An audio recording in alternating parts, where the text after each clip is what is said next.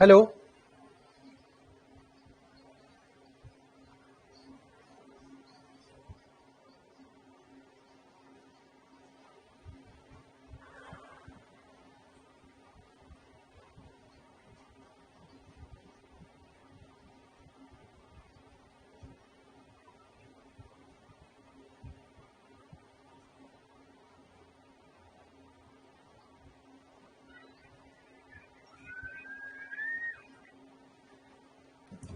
Hello everyone, आज का lecture जो है हमारा आईसीटी यूनिट 9 का लेक्चर नंबर 6 है। आज हम जो लास्ट लेक्चर में हमने छोड़ा था उसके आगे कंटिन्यू करेंगे। ये काफी इंपॉर्टेंट लेक्चर है, तो इसीलिए आज मैंने ये लेक्चर लेना जरूरी समझा।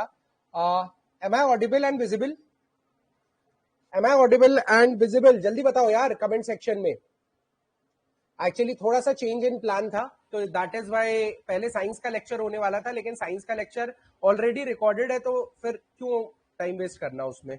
तो उसको बस एडिट करके आप तक आपको मिल जाएगा, कोई बड़ी चीज नहीं है। ठीक है, क्या मेरी आवाज आपको आ रही है? Am I clearly audible? यार देखो, नहीं तो फिर मुझे चेक करना पड़ेगा अगर आप लोग नहीं बताओगे तो।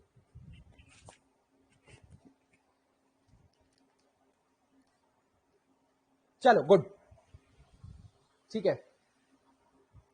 तो हेलो एवरीवन, आप सबका स्वागत है एग्जाम ओरिजिनल्स में। और एग्जाम ओरिजिनल्स में बेसिकली हम जो आज डील कर रहे हैं वो है यूनिट 9 या फिर पेपर 3। तो मैं आपको बता चुका हूं, प्रीलिम्स के पर्सपेक्टिव से यूनिट 9 है, और मेंस के पर्सपेक्टिव से ये पेपर 3 का पार्ट है। पेपर 3 का पार्ट है। जैसे ही हमारा यूनिट 9 और यूनिट 7 खत्म होता है, हम फुल कोर्स में प्रॉपर एमपी जीके और इंडिया जीके के साथ, इंडिया जीके में भी पॉलिटी के साथ स्टार्ट करेंगे। पॉलिटी मतलब संविधान के साथ स्टार्ट करेंगे, और वहां से आपका एक्चुअल एमपीपीएससी का जर्नी जो है स्टार्ट होगा। और लेकिन उसके पहले आप 20-25% कोर्स खत्म कर चुके हो। समझ में आया है? मैं बता रहा हूं आपको, 100 में से कम 18 से 20 सवाल जो है वो यूनिट 9 और यूनिट 7 से आते हैं। At least 18 to 20 questions comes from unit 7 and unit 9। तो आपका सिलेबस देखो, पहले आप पढ़ने की आदत डालो यार। मैं हर लेक्चर में बोलता हूं, पहले थोड़ा सा मोमेंटम गैदर करो, थोड़ा पढ़ने की आदत डालो, थोड़ा चीजें समझो। धीरे धीरे building, you start building blocks. और इसके बाद जब, जैसे क्या हुआ था जब हमने तैयारी चालू करी थी, मैंने गेट की तैयारी चालू करी थी, तो जब मैं गया था ना पहले ही दिन, इतना सारा मैकेनिकल का चीजें थी। अब क्या हुआ कि मुझे लगा यार भाई पढ़ा रहे होंगे, मैंने पढ़ना चालू किया, मुझे थोड़ा बहुत समझ में आया, अगले दिन मैं समझने लगा, अगले दिन मैं समझने लगा, फिर धीरे धीरे चीजें समझ में आने लगी। और अल्टीमेटली क्या हुआ, जब हमारे 40 दिन निकल गए क्लासेस लगे के, उसके बाद हमारा एक सेशन होता है कि गेट क्या होता है, गेट से कौन कौन से कॉलेजेस मिलते हैं, गेट की तैयारी कैसे करनी चाहिए, टॉपर्स को बुलाया गया, ये किया गया, वो किया गया। और फिर उसके बाद हमें उस समय, मतलब मुझे एटलीस्ट पता चला कि जब आपके अंदर थोड़ी बहुत चीजें होती है, मैं पहली बार में अगर आपको ओरिएंटेशन दे दूंगा तो ओरिएंटेशन आपको समझ में नहीं आएगा, आप रिलेट ही नहीं कर पाओगे। आपको टॉपिक के नाम ही नहीं पता है, आपको सब्जेक्ट के नाम ही नहीं पता है, आपको अंदर बाहर ही नहीं पता है कि किस लेवल का आता है, क्या आता है। तो ओरिएंटेशन सेशन जो होता है ना, हमेशा एक महीने बाद होना चाहिए, 1 महीने 40 दिन बाद या 20-25 क्लासेस बाद होना चाहिए। तो अब आपको उसके बाद जुनून रहेगा, उसके बाद बेसिकली आपके अंदर एक एनर्जी रहेगी कि हाँ यार ये मैंने कर लिया, ये करना है। आप डाउट्स पूछ पाओगे, मतलब फैकल्टी से। मेरा है कि बेसिकली सिलेक्टेड कैंडिडेट्स एमपीपीएससी के बारे में बताएंगे, और मैं इस पर्टिकुलर कोर्स के बारे में बताऊंगा कि हम कैसे आगे जाने वाले हैं, और प्रॉपर शेड्यूल लॉन्चिंग के साथ। बट उसके पहले बोलते हैं ना, आप बस प्रैक्टिस सेशंस कर रहे हो अभी, जिसके बाद आपको काफी ज्यादा कंफर्टेबिलिटी आ जाएगी एमपीपीएससी के साथ। ठीक है, चलो तो स्टार्ट करते हैं आज का लेक्चर। लास्ट लेक्चर में हमने काफी ज्यादा चीजें डिटेल में कवर अप कर ली थी। इस लेक्चर में हम छोटे छोटे टर्म्स, छोटी छोटी चीजों के बारे में जानना चालू करेंगे। ठीक है, तो चलो स्टार्ट करते हैं आज का लेक्चर। मैंने कहां तक कवर अप करा दिया था, लेट मी चेक। अच्छा, हमने ये सब कवर अप नहीं किया था ना, एप्लीकेशन डेवलपमेंट प्रोग्राम टर्म्स, अच्छा ये सब नहीं किया था ना हमने। चलो, तो अब हम क्या चालू करने वाले हैं आज से। हमने लास्ट लेक्चर में बहुत सारी बेसिक चीजें देख ली थी, हमने लास्ट लेक्चर में बहुत सारी बेसिक चीजें देख ली थी। अब देखो, बेसिक चीजों का क्या मतलब होता है कि सॉफ्टवेयर क्या होते हैं, हार्डवेयर क्या होते हैं, प्रोग्राम्स क्या होते हैं, रैम रोम के बीच का डिफरेंस क्या होता है, उसके बाद बेसिकली प्रोग्रामिंग लैंग्वेज क्या होती है, लो लेवल लैंग्वेज क्या होती है, हाई लेवल लैंग्वेज क्या होती है। अब भाई पढ़ने के बाद low level language, high level language पढ़ने के बाद आप क्या करोगे, उनका यूज करोगे। तो सबसे पहला यूज आता है उसका ऐप बनाने के लिए, जो एप्लीकेशन आप यूज करते हो ना ऐप डेवलपमेंट के लिए। तो ऐप डेवलपमेंट के लिए जो लैंग्वेजेस यूज होती है वो है सी शार्प, C++, जावा, स्विफ्ट, TCL और विजुअल बेसिक। ठीक है, विजुअल बेसिक ये सब आपकी एप्लीकेशन बनाने के काम आती है। ठीक है, इसमें कोई भी हिंदी कुछ भी इंग्लिश नहीं है। सी शार्प, C++, जावा, ठीक है, स्विफ्ट, TCL, विजुअल बेसिक। इसी के साथ साथ मान लो कि आपको आर्टिफिशियल इंटेलिजेंस डेवलप करनी है। आज की डेट में आर्टिफिशियल इंटेलिजेंस आ रही है, क्या आप हर लैंग्वेज पे आर्टिफिशियल इंटेलिजेंस लिख सकते हो? नहीं। जावा पे आप आर्टिफिशियल इंटेलिजेंस नहीं लिख सकते हो। ठीक है, तो इसीलिए AIML, C sharp, C++, Prolog और पाइथन ये आपकी बेसिकली आर्टिफिशियल इंटेलिजेंस के लिए जो प्रोग्राम लिखे जाते हैं ना, जो सॉफ्टवेयर बनाए जाते हैं या जो वेबसाइट्स बनाई जाती हैं या जो प्रोडक्ट्स बनाए जाते हैं, उनमें इन लैंग्वेजेस का यूज होता है। आपको बस रटना है कि कौन कौन सी लैंग्वेज यूज हो रही है, कौन कौन सी लैंग्वेज यूज हो रही है। तीसरा, डेटाबेस। अब डेटाबेस का क्या मतलब होता है, बहुत बड़े बड़े डेटा होते हैं, जैसे हमारे कॉलेज का कोई डेटा होगा, आपके कॉलेज का कोई डेटा होगा, या हम कोई भी चीज यूज करते हैं तो डेटा आता है। जैसे हमारी ऐप है, तो ऐप में कोई भी अगर रजिस्टर करता है तो उसका नाम, फोन नंबर, ठीक है, ईमेल आईडी ये आता है। अब मान लीजिए 2 करोड़ लोगों ने मेरी ऐप को डाउनलोड कर लिया। अब उसके बाद 2 करोड़ लोगों का डेटा मुझे मैनेज करना पड़ेगा कि नहीं? उसके लिए जो प्रोग्राम बनाए जाते हैं, उसके लिए जो सॉफ्टवेयर बनाए जाते हैं, उनके लिए अलग लैंग्वेजेस होती है, जैसे dBase, FoxPro, my SQL, visual pro, FoxPro. तो याद रखना ये सब डेटा मैनेजमेंट के लिए ज्यादा यूज होती है। जब डेटा के लिए कोई प्रोग्राम बनाना है ना, तो हम इन लैंग्वेजेस का यूज करेंगे। अरे 2-3 मिनट का लेक्चर हुआ है, 7:30 बजे से लेक्चर था ना, 7:30 बजे का लेक्चर का नोटिफिकेशन नहीं आया था आपको? हाँ सुशांत, आपको नहीं आया था क्या 7:30 बजे के लेक्चर का नोटिफिकेशन?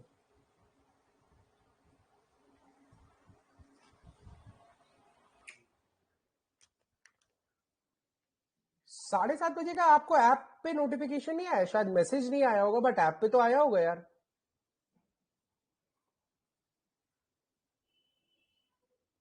ऐप पे आपको पता नहीं था कि 7:30 बजे से कोई लेक्चर है? ये कैसे हो गया? अच्छा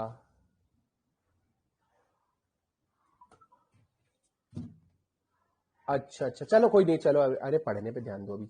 ठीक है, डेटाबेस। अब उसके बाद कई गेम्स बनाए जाते हैं। तो गेम्स बनाने के लिए जो लैंग्वेजेस यूज होती है ना, वो होती है सी शार्प, एक है ये, सी शार्प, C++, जावा, डार्क बेसिक। अब एक चीज देखो, ऐप डेवलपमेंट के लिए कौन सी यूज होती है? जावा, C++। सिमिलरली आपके गेम डेवलपमेंट के लिए जावा, C++। तो आपको नहीं लगता कि ये सारी लैंग्वेज थोड़ी सी अच्छी दिखती है? गेम आपको अच्छा दिखाना है, ऐप आपको अच्छी बनानी है, तो जब भी यूजर को अच्छी चीज दिखानी होगी ना, तो आप C++, सी शार्प, जावा, इन सब चीजों पे काम करोगे। ठीक है, अब इंटरनेट या वेब पेज डेवलपमेंट करना है, तो आपको HTML, Java, JavaScript, Perl, PHP, Python, XML। अब सी और सी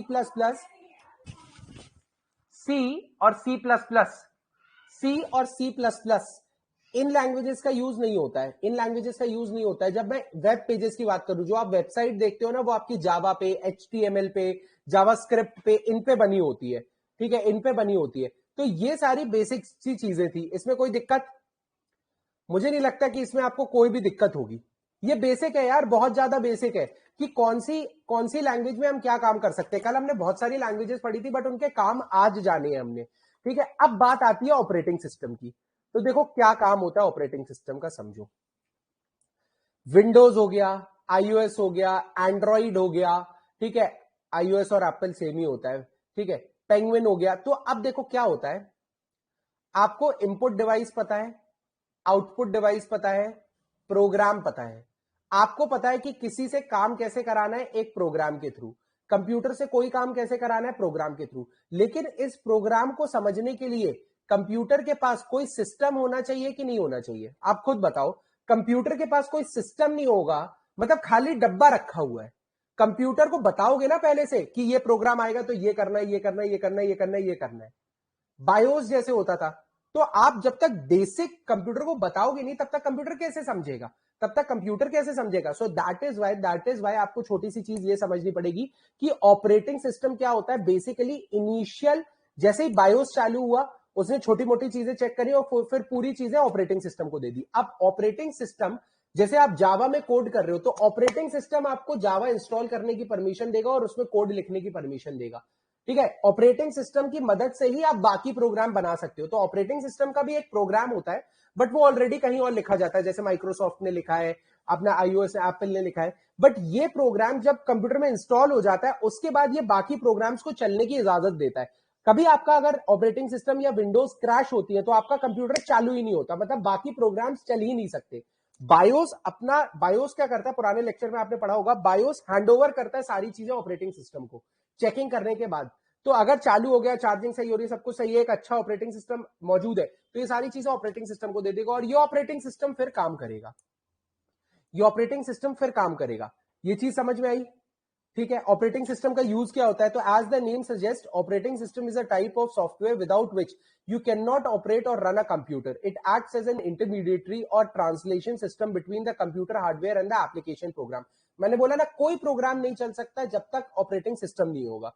ठीक है, जब तक ऑपरेटिंग सिस्टम नहीं होगा तब तक कोई भी इंस्टॉल प्रोग्राम हो, कुछ भी हो, नहीं चल सकता। मुझे ऑपरेटिंग सिस्टम की जरूरत है ये समझने के लिए, यही चीज समझने के लिए कि क्या क्या है, क्या क्या प्रोग्राम है। समझ में आया? अब देखो क्या होता है, समझो अब क्या होता है। मैं पानी पी लूं थोड़ा सा।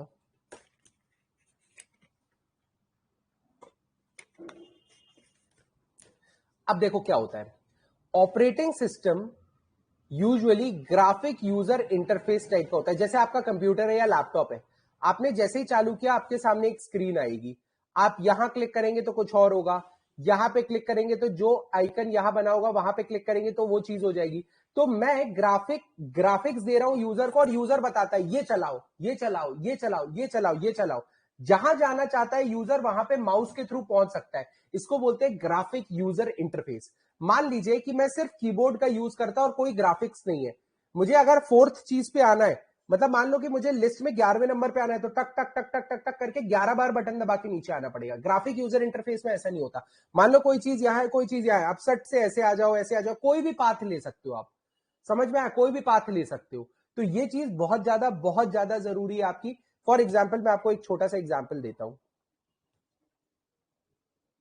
मान लो ये लिस्ट के आइटम लिखे हुए हैं, अगर आपका ग्राफिक यूजर इंटरफेस नहीं है और आप यहां पे हो और आपको ये वाला आइटम यूज करना है, तो आपको क्या करना पड़ेगा? नीचे का बटन, नीचे का बटन, नीचे का बटन, नीचे का बटन, फिर से बटन और फिर से बटन। ये चीज समझ में आई? तो 1 2 3 4 5 6 7 बटन प्रेस करोगे तब आप इस पे आओगे। लेकिन अगर ग्राफिक यूजर इंटरफेस है तो क्या होगा? ग्राफिक यूजर इंटरफेस है तो कुछ नहीं होगा, यहां पर है आपका माउस, यहां से आप माउस को सिंपल यहां ले आओ। ठीक है, तो आपकी जो मेहनत, इतना ज्यादा समय लगता था आपको कहीं से कहीं पहुंचने में, वो ग्राफिक यूजर इंटरफेस के बाद काफी कम हो गया। ठीक है, तो हम पढ़ेंगे ये सारी चीजें भी। बट ऑपरेटिंग सिस्टम क्या होता है बेसिकली समझ में आया? वो कुछ भी नहीं करता, आपको ग्राफिक यूजर इंटरफेस देता है जिससे आप प्रोग्राम, आप जो चाहेंगे प्रोग्राम पे, आपने बोला मुझे मूवी प्ले करनी है तो movie is also a program. तो जैसे ही आपने मूवी पे प्ले किया, कंप्यूटर का जो ऑपरेटिंग सिस्टम है उस मूवी को प्ले करने की इजाजत देगा, उसके कोड को डिकोड करेगा और फिर मशीन से बोलेगा इसको प्ले करो। मशीन प्ले करेगी और जो आउटपुट होगा उसको विजुअल फॉर्म में आपको देगा। बट ये सारी चीजें करने के लिए आपको एक बेस चाहिए जिसको बोलते हैं हम ऑपरेटिंग सिस्टम, जिसको बोलते हैं हम ऑपरेटिंग सिस्टम। तो बेसिकली ऑपरेटिंग सिस्टम जैसे माइक्रोसॉफ्ट हो गया, फिर आपका मैक हो गया, फिर आपका लाइनेक्स हो गया। लाइनेक्स क्या होता है बेसिकली? अब जैसे विंडोज है, विंडोज ग्राफिक यूजर इंटरफेस पे है, ठीक है, मैक भी ग्राफिक यूजर इंटरफेस पे है। लाइनेक्स जो है उसका इंटरफेस बहुत बकवास होता है। ठीक है, लाइनेक्स बहुत ज्यादा यूजर फ्रेंडली नहीं होता है, लेकिन हाँ ये काम बहुत ज्यादा तेजी करता है, सिक्योरिटी इसमें बहुत ज्यादा बेटर होती है। ठीक है, सिक्योरिटी, जैसे आपको कोई पासवर्ड ब्रेक करना है तो आप लाइनेक्स डालोगे, ऑपरेटिंग सिस्टम विंडोज नहीं डालोगे। आपको अगर हैकिंग करनी है, हैकर्स होते हैं ना वो लाइनेक्स पे काम करते हैं, क्योंकि इनका सिक्योरिटी फीचर बहुत इजीली ब्रेक कर देता है चीजें। इसमें यूजर इंटरफेस कुछ नहीं होता, बट ये चलता इतना तेज है कि बेसिकली आपको बहुत ज्यादा बेनिफिट हो जाता है।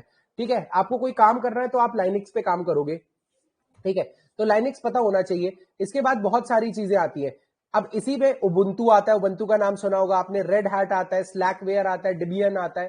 तो ये सारे बहुत अलग अलग सॉफ्टवेयर्स हैं। सुपर कंप्यूटर में देखो, सुपर कंप्यूटर में लाइनेक्स हो सकता है, क्यों नहीं हो सकता? डिपेंड करता है, होता है का क्या मतलब है। मान लो कि परम 8000 रखा है, मैंने उसमें परम शिवाय रखा है, मैंने उसमें डाल दिया विंडोज, क्या दिक्कत है? विंडोज पे चलने लगेगा। लेकिन यूजुअली हम उस पर विंडोज नहीं डालते, क्योंकि हमें ग्राफिक्स से मतलब नहीं, हमें उसकी स्पीड को यूटिलाइज करना है।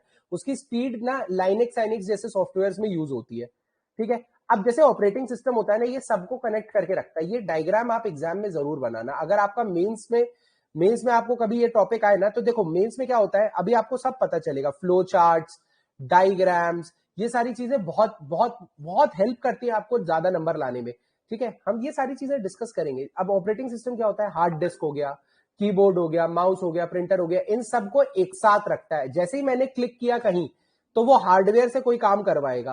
कीबोर्ड और माउस, जैसे आप गेम खेलते हैं तो कीबोर्ड और माउस का जो कोऑर्डिनेशन होता है ना, वो ऑपरेटिंग सिस्टम पे डिपेंड करता है। इसीलिए कहते हैं अगर आप गेम आईओएस पे खेल रहे हो ना, तो आप बेटर खेल सकते हो। क्यों? क्योंकि उसका कीबोर्ड और माउस का कोऑर्डिनेशन बहुत बेटर होता है। और इसमें कीबोर्ड मतलब एंड्रॉइड में या फिर विंडोज में कीबोर्ड और माउस का जो कोऑर्डिनेशन होता है ना, वो इतना बेटर नहीं होता है। बट वो सब अलग बात है। बट आपको चीज समझ में आई ना कि ऑपरेटिंग सिस्टम सबको कनेक्ट करके रखता है। अब ऑपरेटिंग सिस्टम के मेजर फंक्शंस क्या होते हैं, ये मैं बहुत डीप में नहीं जाऊंगा, याद रखना। पहला, मेमोरी मैनेजमेंट, मतलब रैम और रोम को चेक करता है, चीजें इधर की उधर करता है, ठीक है, मेमोरी मैनेजमेंट। फिर आता है आपका दूसरा काम आता है डिवाइस और हार्डवेयर मैनेजमेंट, ठीक है। तीसरा काम आता है हार्डवेयर मिल गया, उसके बाद आपको सॉफ्टवेयर चलाना है, तो सॉफ्टवेयर चलाने का काम करता है। चौथा काम होता है डेटा को मैनेज करना, ठीक है। पांचवा काम होता है इवैल्यूएट्स द सिस्टम हेल्थ, की सब सही है कि नहीं है, कहीं कुछ गड़बड़ तो नहीं हो रही, एंटीवायरस टाइप का काम होता है, ठीक है। फिर उसके बाद छठवा होता है प्रोवाइड यूजर इंटरफेस, ठीक है। मतलब ऑब्वियस ही बात है यार, मुझे अगर काम करना है तो मुझे यूजर इंटरफेस तो चाहिए ही है ना, उसमें क्या बड़ी बात है? उसमें कोई बड़ी बात है क्या? मुझे नहीं लगता कि कोई बड़ी बात है, ठीक है, ऑब्वियसली। फिर उसके बाद 7, इनपुट आउटपुट मैनेजमेंट जो होता है, वो विंडोज ही करता है आपका, ठीक है। 8, जैसे सिक्योरिटी होती है, आपने फायरवॉल का नाम सुना है, तो विंडोज का एक प्रोडक्ट होता है फायरवॉल। ये आपको बाहर के मालवेयर, वायरसेस, इससे भी प्रोटेक्ट करना आपके ऑपरेटिंग सिस्टम का काम होता है। क्योंकि ऑपरेटिंग सिस्टम अपने आप को अगर प्रोटेक्ट कर रहा है, तो वो पूरा कंप्यूटर को चलने देगा। लेकिन अगर ऑपरेटिंग सिस्टम खत्म हो गया, तो चीजें सब कुछ खत्म हो जाएंगी। तो देखो, अब इतने डेप्थ में मैंने इसलिए लिखा है क्योंकि ये नोट्स का काम कर सकते हैं आपके लिए, बट ये मैं इतने डेप्थ में पढ़ाऊंगा नहीं, ठीक है, बिल्कुल नहीं पढ़ाऊंगा, क्योंकि ये बहुत फालतू चीजें हैं, ठीक है। ये सिर्फ मेंस की में लिखने के काम आता है। तो अब मैं अगर बेसिकली बात करूं, तो आपको ऑपरेटिंग सिस्टम के बारे में पता चल गया, सबको कनेक्ट करने का काम करता है, क्या फंक्शंस होते हैं, कितने टाइप के ऑपरेटिंग सिस्टम होते हैं, ये सारी चीजें अगर आपकी हो गई हो, तो मैं आगे बढ़ूं। क्या किसी को कोई दिक्कत है? ये डायग्राम भी है, मतलब कुछ भी नहीं है इसमें तो यार, ये डायग्राम्स लगाए हुए हैं, ठीक है, जल्दी बताओ अगर ये चीज क्लियर है, तो मैं आगे बढ़ूं।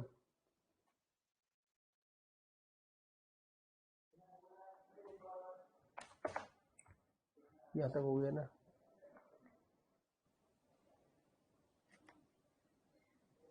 अब इसमें क्या था, बहुत हल्का सा है ये। अगला टॉपिक आता है आपका, where is operating system stored on a computer. Computer में हम कहां पे करते हैं, तो देखो ये चीज समझो। देखो, बहुत सारे ऑपरेटिंग सिस्टम जो होते हैं ना, वो आपकी हार्ड डिस्क पे होते हैं। बहुत सारे ऑपरेटिंग सिस्टम जो होते हैं ना, वो आपकी हार्ड डिस्क पे होते हैं। लेकिन जरूरी नहीं कि वो हार्ड डिस्क पे हो सकता है आपने पेन ड्राइव में एक विंडोज डाल के रखा हो, आप विंडोज को मतलब फंसाओ। अब क्या होगा, देखो, जैसे आप कंप्यूटर चालू करोगे तो बायोस रन करेगा। पहले वो हार्ड डिस्क देखता है, हार्ड डिस्क में नहीं मिला इंस्टॉल्ड, तो उसके बाद वो पेन ड्राइव देखता है। जैसे ही पेन ड्राइव देखेगा, उसको एक अनइंस्टॉल विंडोज मिल जाएगी, तो वो आपको ऑप्शन दे देगा क्या आपको इसको इंस्टॉल करना है। जैसे आप इंस्टॉल करोगे, आपका ऑपरेटिंग सिस्टम डल गया अंदर कंप्यूटर के, उसके बाद चालू हो जाएगा। तो ये याद रखना, ऑपरेटिंग सिस्टम सिर्फ और सिर्फ अंदर नहीं होता, ऑपरेटिंग सिस्टम एक्सटर्नल में भी हो सकता है। और हो सकता है कि मैं कुछ ना करूं, एक पेन ड्राइव में डाल के रखूं और उसको फंसाए रखूं, जब तक फंसी रहेगी तब तक ऑपरेटिंग सिस्टम आपका चलेगा, जैसे ही निकलेगी खेल खत्म। ये चीज समझ में आई आपको? ये चीज समझ में आई? तो ऑपरेटिंग सिस्टम में ये चीज आ सकती है कि या क्या सिर्फ ये अंदर या हार्ड डिस्क में होता है। बहुत सारे बच्चों को लगता है हाँ यार ऑपरेटिंग सिस्टम तो अंदर ही होता होगा, नहीं, ऑपरेटिंग सिस्टम एक्सटर्नल भी हो सकता है, ठीक है। अब देखो क्या आता है, मैंने आपको बताया था एक होता है ग्राफिक यूजर इंटरफेस, उसके पहले आता है character user interface. Character user interface कुछ भी नहीं करता, बट ये सिर्फ कीबोर्ड से चलता है, कीबोर्ड से चलता है। देखो अब इसमें मैं क्या समझाऊं आपको, आपको पता है ये सिर्फ कीबोर्ड से चलता है, down down down, up up up, alt alt alt, बस इससे चलता है। ठीक है, जैसे ही मुझे कोई काम करना होगा, जैसे एमएस डॉस है आपका, एमएस डॉस है या विंडोज कमांड प्रॉम्प्ट है। अब विंडोज में माउस नहीं चल रहा है तो विंडोज का एक कमांड प्रॉम्प्ट आता है। कमांड प्रॉम्प्ट पता है आपको कैसे आता है? काले कलर की एक स्क्रीन आ जाती है, उसमें कुछ कुछ लिखा रहता है, यस और नो, यस और नो। अब आप ये बताओ, क्या आप उसमें माउस से हिला सकते हो?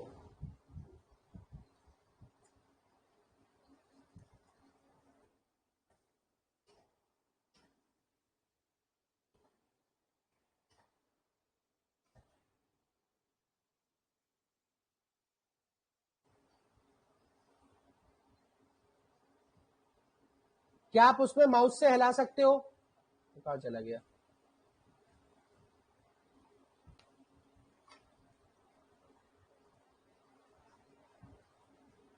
समझ में आया? सिर्फ ऊपर हो सकता है, सिर्फ नीचे हो सकता है, बस यही चीजें हो सकती है। लेकिन ग्राफिक यूजर इंटरफेस जैसे ये दिया हुआ है, इसमें आप यहां क्लिक कर लो, यहां क्लिक कर लो, यहां क्लिक कर लो, यहां क्लिक कर लो, जहां आप चाहते हो वहां जा सकते हो और डायरेक्टली जा सकते हो। कैरेक्टर यूजर इंटरफेस में ये एक एक कैरेक्टर वाइज कैरेक्टर आगे बढ़ता है। ठीक है, समझ में आया? तो पहले ग्राफिक यूजर इंटरफेस के पहले कैरेक्टर यूजर इंटरफेस हुआ करता था, लेकिन अब क्या होने लगा है? अब ग्राफिक यूजर इंटरफेस ही आता है। लेकिन अब देखो क्या होता है, जो आपका बायोस होता है ना, वो अभी भी कैरेक्टर यूजर इंटरफेस पे होता है। जैसे आपका लैपटॉप चालू हो, कंप्यूटर चालू हो ना, तो आप कुछ मत करना, F12 की दबाना। जैसे आप F12 की दबाओगे तो आपका बायोस चालू हो जाएगा। बायोस चालू हो जाएगा तो बेसिकली क्या होगा, आपके सामने एक स्क्रीन खुलेगी, उसमें माउस नहीं होता, वो ग्राफिक नहीं होता, वो एक एक ब्लॉक्स होंगे और उस पर आपको enter enter enter enter tab enter enter करके जाना पड़ेगा। और वो आपका कैरेक्टर यूजर इंटरफेस का एक एग्जाम्पल है। तो अगर मैं एग्जाम्पल देने बोलूं तो याद रखना, जो बायोस होता है ना, वो कैरेक्टर यूजर इंटरफेस का एग्जांपल होता है, और जो आपकी नॉर्मल विंडोज होती है जो आप चला रहे हो, वो ग्राफिक यूजर इंटरफेस का एग्जांपल होती है। जैसे मान लो एक एक्सरे मशीन है, तो पहले क्या होता था, एक्सरे मशीन में ऐसा एक मीटर आता था, डिजिटल मीटर होता था, डिजिटल होता था, लेकिन ये बेसिकली कैरेक्टर यूजर इंटरफेस पे होता था। जैसे आपकी पुरानी घड़ियां हैं, डिजिटल वॉच है लेकिन टच वॉच नहीं है, touch watch graphic user interface हो गया। लेकिन नॉर्मल डिजिटल वॉच आप नीचे नीचे नीचे नीचे नीचे नीचे करके जाओगे, that is character user interface. समझ में आया कि नहीं आया कैरेक्टर यूजर इंटरफेस और ग्राफिक यूजर इंटरफेस के बीच का डिफरेंस? जल्दी बताओ। ग्राफिक यूजर इंटरफेस के ये एग्जांपल्स है, कुछ बहुत बहुत बड़ी चीज नहीं है, नॉर्मल ही है। ठीक है, लोगो देख लो, लोगो काम का होता है। ठीक है, अब ध्यान से समझो, दोनों के बीच का अगर मैं डिफरेंस बताऊं, तो ग्राफिक यूजर इंटरफेस जो होता है वो basically it interact with the computer using graphics like images, icons. ठीक है, यहां पर कुछ नहीं होता, यहां पे सिंपल टेक्स्ट लिखा होता है, यहां पे सिंपल टेक्स्ट लिखा होता है।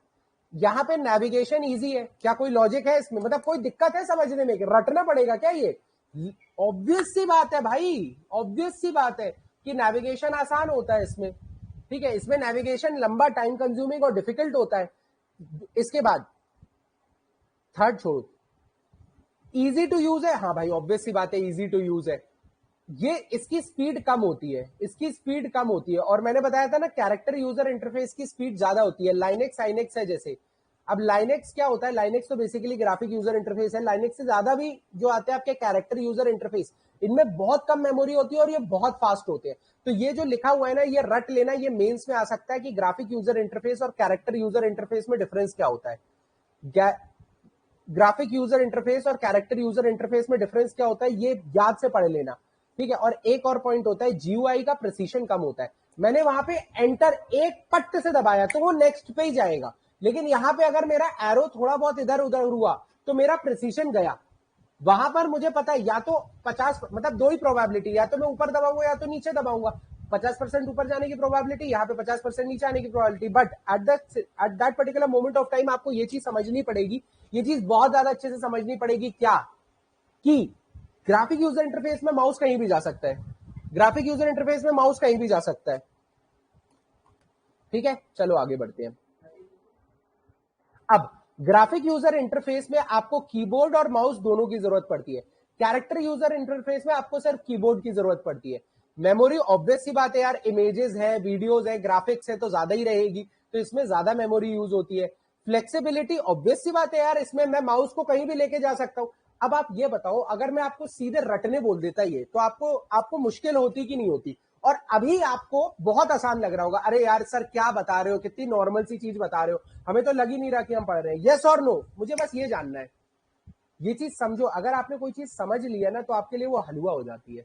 और वो हलवा करना जिंदगी में बहुत ज्यादा जरूरी है, क्योंकि वो आपको पता है, हाँ मुझे आता है, कॉन्फिडेंस है मुझे क्रैक करने का एग्जाम, कि यार ये चीज तो मुझसे बनती है, ये चीज तो मुझसे बनती है। एग्जाम के क्वेश्चन पेपर आप उठा के देखो, आपको लगेगा बाप रे कितने आसान क्वेश्चन आते हैं। ये क्यों लग रहा है आपको? क्योंकि आपने बहुत अच्छे से पढ़ा है, ठीक है। लेकिन अगर आप बिना पढ़े मैं आपको ये चीजें दे दूंगा ना, तो आपको लगेगा बाप रे। और यही होता है जब आप न्यूज़पेपर पढ़ने की कोशिश करते हैं। जो लोग नई नई तैयारी करते हैं ना, वो न्यूज़पेपर पढ़ने की कोशिश करते हैं। और देखो, न्यूज़पेपर का एन भी नहीं आता आपको न्यूज़पेपर पढ़ना ही नहीं आता, आप कैसे पढ़ लोगे न्यूज़पेपर बताओ? फिर आपको लगता है कितना टफ है, ये है वो है। नहीं, बस हमारे साथ रहो, धीरे धीरे चलते रहो। मैं गारंटी दे रहा हूं आपकी one of the best MPPSC की प्रिपरेशन होगी। ये याद रखना, ये याद रखना। हमारा पूरा एम ही है कि एमपीपीएससी की कैटेगरी में हम एमपी के बेस्ट इंस्टीट्यूट बन के निकले, not only in terms of quality of education but also in terms of revision, also in terms of personality development. हम पर्सनालिटी डेवलपमेंट करना चाहते हैं बच्चे का, कि मान लीजिए एमपीपीएससी में नहीं भी होता है, तो आपके अंदर इतना नॉलेज है, आपके अंदर इतनी स्किल्स है कि आप कहीं भी जॉब ले सकते हैं। आपके अंदर वो कॉन्फिडेंस है कि यार मैं अच्छी लाइफ लीड कर सकता हूं। ये कोई इंस्टीट्यूट नहीं करता, पूरे इंडिया में कोई नहीं करता, और ये फर्स्ट ऑफ इट्स काइंड है, ठीक है। तो ये चीज याद रखो कि हमारा बेसिक ऑब्जेक्टिव ही आपको स्किल डेवलपमेंट करना, ठीक है। एक कोई भी कॉम्पिटेटिव एग्जाम के साथ स्किल डेवलपमेंट नहीं कराता। स्किल डेवलपमेंट बहुत होता है, लेकिन कॉम्पिटेटिव एग्जाम के साथ स्किल डेवलपमेंट आपका हो गया ना, तो या तो आपका एग्जाम निकलेगा, और उसकी प्रोबेबिलिटी बढ़ जाती है क्योंकि आपका कॉन्फिडेंस हाई है, तो एग्जाम निकलेगा, ठीक है। और आप कोई भी इंस्टीट्यूट, मैं तो खुला बोलता हूं, जो इंस्टीट्यूट में आपको जाके देखना है देख लो, एक चीज कॉमन है कि आपको पढ़ाया जाएगा, ठीक है, लेकिन बहुत सारी चीजें डिफरेंस है कि क्वालिटी, डिलीवरी, कैसे पढ़ाया जा रहा है, आपको याद रह रहा है नहीं रह रहा है, कितनी बार आपको रिवीजन करना पड़ रहा है, ये सारी चीजें बहुत जरूरी होती है। और इन चीजों पे फोकस करो, ठीक है। बहुत ज्यादा गधा मजदूरी करने की जरूरत नहीं है कि ये भी पढ़ ले, ये भी पढ़ ले, ये भी पढ़ ले, ये भी पढ़ ले, ये भी पढ़ ले। नहीं आता एग्जाम में इतना, जो एग्जाम में आता है बस वो पढ़ो। चलो आगे बढ़ते हैं। अब हम थोड़ा सा विंडोज 10 के बारे में बात कर लेते हैं, ठीक है। हो सकता है इससे क्वेश्चन आ जाए। तो देखो, विंडोज 10 जो है लेटेस्ट है, विंडोज 11 भी आ गया अब तो, ठीक है। बट ये चीज याद रखो, विंडोज 10 के बाद जो आया है वो 11 है, और विंडोज 10 के पहले जो आया है वो कौन सा है? जल्दी कोई बता सकता है? विंडोज 10 के पहले कौन सा विंडोज आया हुआ है? विंडोज 10 के पहले कौन सा विंडोज आ चुका है? 9 नहीं आया है, 8.1 आया है, याद रखना।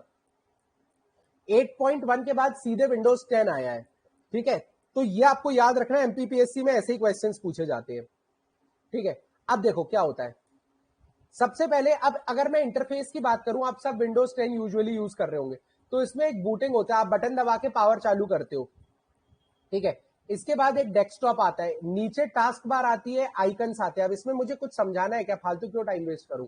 स्टार्ट मेन्यू रहता है, पावर रहती है, आपकी एप्स रहती है, ठीक है। इसमें कुछ भी नहीं है, सर्च का ऑप्शन रहता है, क्विक लिंक्स, ये सब मेंस के लिए है भाई।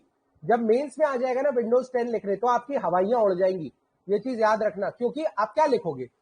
अब्बा डब्बा जब्बा, ये हो जाता है आपका मेंस में, अगर आपके पास कंटेंट नहीं है तो। इसलिए मैं कंटेंट दे रहा हूं, ठीक है, इसलिए मैं कंटेंट दे रहा हूं।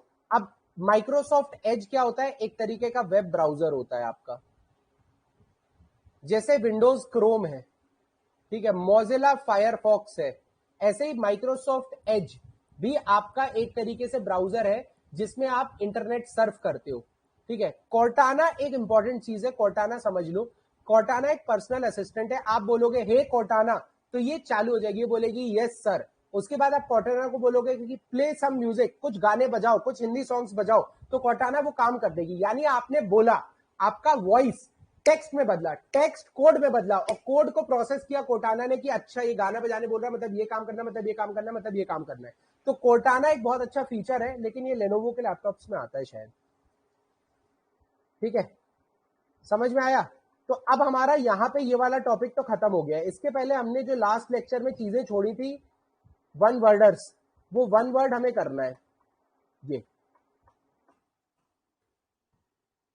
लैंग्वेज प्रोसेसर के बाद अगला टर्म आता है कंपाइलर का। तो देखो, एक वर्ड बता रहा हूं, यहां से एमपीपीएससी फंसेगा। एलेक्सा में क्या यूज होता है? मतलब एलेक्सा में मैं समझा नहीं क्या यूज होता है, आप क्या बताना चाह रहे हो? विंडोज यूज होता है यार एलेक्सा में।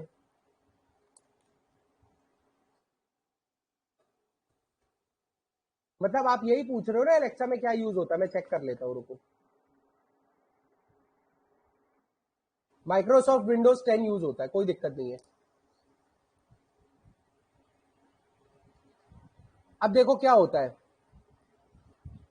कंपाइलर। अब देखो हमने लास्ट लेक्चर यहां तक कवर अप कर लिया था, लैंग्वेज प्रोसेसर्स क्या होते हैं, मिड लेवल लैंग्वेज क्या होती है। अब लैंग्वेज प्रोसेसर बेसिकली क्या करते हैं, ट्रांसलेटर का काम करते हैं।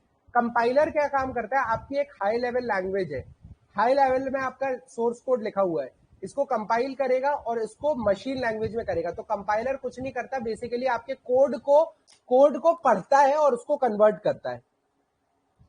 समझ में आया? अब सबसे पहला कंपाइलर किसने बनाया था, तो याद रखना हार्वर्ड मार्क ने। ठीक है, हार्वर्ड मार्क एक कंप्यूटर है, इस पे काम करते हुए ग्रेस हॉपर ने पहला कंपाइलर बनाया था, पहला कंपाइलर बनाया था। ये याद रखना, ये एग्जाम के लिए जरूरी हो जाता है। ठीक है, कि हार्वर्ड मार्क ने कंप्यूटर्स पे काम करते समय, हार्वर्ड मार्क कंप्यूटर पे काम करते समय ग्रास हॉपर ने सबसे पहला कंपाइलर बनाया था। कंपाइलर का बेसिकली काम क्या होता है, कंपाइलर का काम कुछ नहीं होता है, हाई लेवल लैंग्वेज को लो लेवल लैंग्वेज में होता है। अब असेंबलर का क्या काम होता है भाई, जैसे जो आपका एक होता है मशीन, आपका असेंबली लैंग्वेज में अगर कुछ लिखा हुआ है। अब असेंबली लैंग्वेज और हाई लेवल लैंग्वेज में फर्क होता है। जब हाई लेवल लैंग्वेज से मशीन कोड में करना है तो मुझे कंपाइलर लगेगा, लेकिन अगर असेंबली लैंग्वेज से मुझे मशीन कोड में करना है तो मुझे असेंबलर लगेगा। ठीक है, मतलब अगर मुझे ऑब्जेक्ट कोड में बदलना है, अपने सोर्स कोड मतलब इनिशियल, ठीक है, जब वो नॉर्मल में होता है तो सोर्स कोड होता है, चेंज होने के बाद वो ऑब्जेक्ट कोड हो जाता है। हमने लास्ट लेक्चर में बात करी थी ना कि वो ऑब्जेक्ट कोड हो जाता है, तो जब मशीन लैंग्वेज में लिखा जाता है तो उसको ऑब्जेक्ट कोड बोलते हैं। तो अगर आपको असेंबली लैंग्वेज से मशीन लैंग्वेज में ट्रांसफर करना है तो एक असेंबलर करता है, तो एक असेंबलर करता है। इसके बाद आता है आपका इंटरप्रेटर, इसके बाद आता है आपका इंटरप्रेटर। तो ये क्या करता है बेसिकली, ये भी वही काम करता है, ये भी आपका सिंपल सा है, जो आपका सोर्स कोड है उसको मशीन कोड में करता है। बट ये चीज याद रखो, ये बेसिकली क्या करता है, ये बेसिकली पहले इसको कन्वर्ट करेगा, फिर इसको करेगा, फिर इसको करेगा, फिर इसको करेगा। वेयर एज कंपाइलर पूरा एक साथ करता जाता है, यहां पे हो गया कुछ, यहां हो गया कुछ, यहां हो गया कुछ, यहां हो गया कुछ, यहां हो गया कुछ, हो गया कुछ, यहां हो गया। तो ये चीज फर्क होती है इंटरप्रेटर और कंपाइलर में। ये चीज समझ में आई? यार ये बहुत बोरिंग टॉपिक है, पता मुझे खुद मजा नहीं आ रहा। अब कंपाइलर और इंटरप्रेटर में ये मैंने डिफरेंस डाल के रखा है कि आप देख सकते हो। हाँ,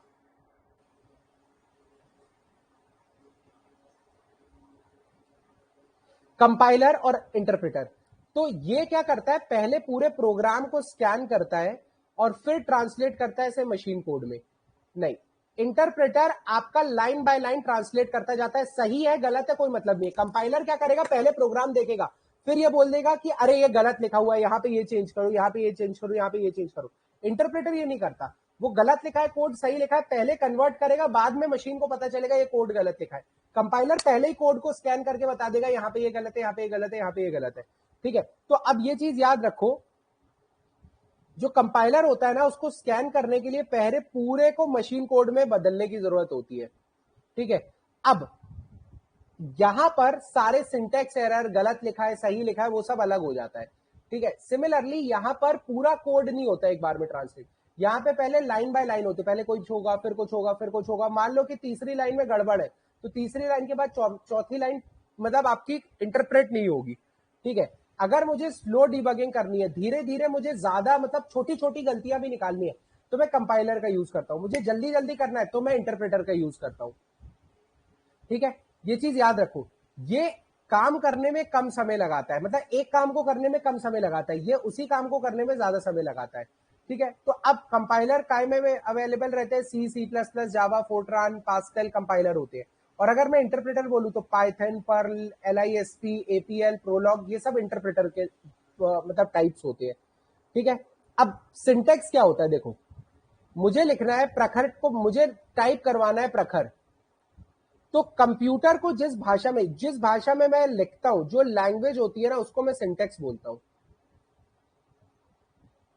मान लो मुझे उसमें लिखना है 10 ये C++ में मैं लिख रहा हूं 10 CLS 20 प्रिंट PRINT प्रखर। तो हाँ, इसके बाद ये मेरा नाम प्रिंट हो जाएगा। लेकिन अगर मैंने डायरेक्टली लिख दिया प्रखर 10 CLS या लिख दिया प्रखर, तो ये प्रिंट नहीं करेगा, ये एरर दे देगा कि क्या लिखा हुआ है। उसको प्रखर नहीं समझ में आएगा, उसको ये समझ में आता है जो भी इन्वर्टेड कॉमा के बीच में है उसको छाप दो, उसको छाप दो, वो प्रखर हो, रखर हो, सखर हो, कुछ भी हो, ये चीज छप जाएगी क्योंकि इन्वर्टेड कॉमा के बीच में इसका सिस्टम इन्वर्टेड कॉमा पहचानता है। ठीक है। तो जब भी कोई एक लैंग्वेज होती है, एक वे होता है ना कि जिसमें हम प्रोग्राम लिखते हैं, अगर वो वे आपका खराब हो रहा है तो उसको हम सिंटेक्स एरर बोलते हैं, उसको हम सिंटेक्स एरर बोलते हैं। समझ में आया? कोई बड़ी चीज नहीं है यार इसमें। डीबगिंग का क्या मतलब होता है? डीबग करना मतलब, बग मतलब गलती। तो पहले गलतियां निकालो, पहले गलतियां निकालो और फिर उसको डीबग कर दो। मतलब कि गलतियां को हटाने को हम डीबग बोलते हैं। तो डीबगिंग कुछ नहीं होती है, एक प्रोसेस होती है जिसमें हम छोटी छोटी गलतियां जो है ना, जो बेसिकली कंपाइलर ने पकड़ी है, वो हम अलग करते हैं। समझ में आया? समझ में आया? जो कंपाइलर ने पकड़ी है ना, उसको हम अलग करते हैं। डीबगर क्या होता है? डीबगर कुछ भी नहीं होता। डीबगर वो होता है जो गलतियां फाइंड आउट करता है। और सोर्स कोड क्या होता है? बेसिकली जिस लैंग्वेज में हम प्रोग्राम लिखते हैं ना, उसको हम सोर्स कोड बोलते हैं। जैसे ये एक सोर्स कोड है, समझ में आया? ये एक सोर्स कोड है। किसी को कोई दिक्कत?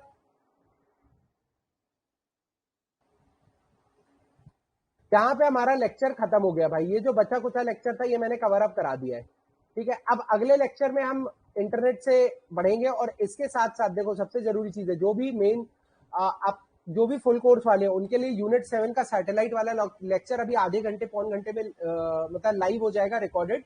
आप उसको देख के सैटेलाइट वाला पार्ट भी कवर अप करना चालू कर दीजिए। ठीक है, कोई दिक्कत हो तो बताइए, otherwise I am good to go. कोई ऐसा डिस्कशन करना हो तो कर लो, कोई दिक्कत नहीं है। वैसे भी हमारा पेस बहुत अच्छा चल रहा है, आप लोगों को समझ में आ रहा है, इससे बड़ी चीज आपके लिए भी कुछ नहीं होगी।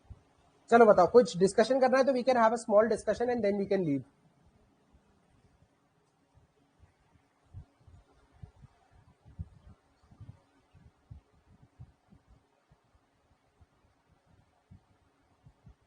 चलो, thank you guys, thank you so much. आप हमें मोटिवेट करते रहिए ये सब बोल के। देखो मैं बता रहा हूँ, जो भी हमारी ऑफलाइन क्लासेस ज्वाइन कर सकता है ना, मैं बोलूंगा, रिकमेंड करूंगा। एमपीपीएससी के लिए इससे बेटर कोचिंग कोई नहीं रहेगी। अभी है, शायद हो सकती है, इससे बेटर कोचिंग कोई भी नहीं रहेगी आने वाले 5-6 महीनों में। क्योंकि हम जो इंटरफेस ला रहे हैं, जो हम क्रिएटिव वीडियोस ला रहे हैं, जो हम आर्टिफिशियल इंटेलिजेंस डालने की कोशिश करते हैं, डिलीवरी स्किल्स होती है, मोटिवेशन होता है, सब कुछ हम बेटर करने की कोशिश कर रहे हैं। और हम इसको टेक्नोलॉजी से जोड़ के आप तक लाने की कोशिश कर रहे हैं। ये एमपी में कोई भी नहीं करता है। तो कंग्रेचुलेशन, आप शायद बहुत अच्छे मतलब एनवायरमेंट में पढ़ रहे हैं। ठीक है, आपको अगर मजा आ रहा है ना पढ़ने में, दैट्स इट। ठीक है, बाकी आप जरूर ज्वाइन कीजिए हमारा ऑफलाइन बैच, आपको काफी अच्छा लगेगा। ठीक है, thank you guys, all the best, hope to see you soon tomorrow, bye bye. और साइंस के लेक्चर जरूर कंप्लीट कर दीजिएगा। Thank you, all the best.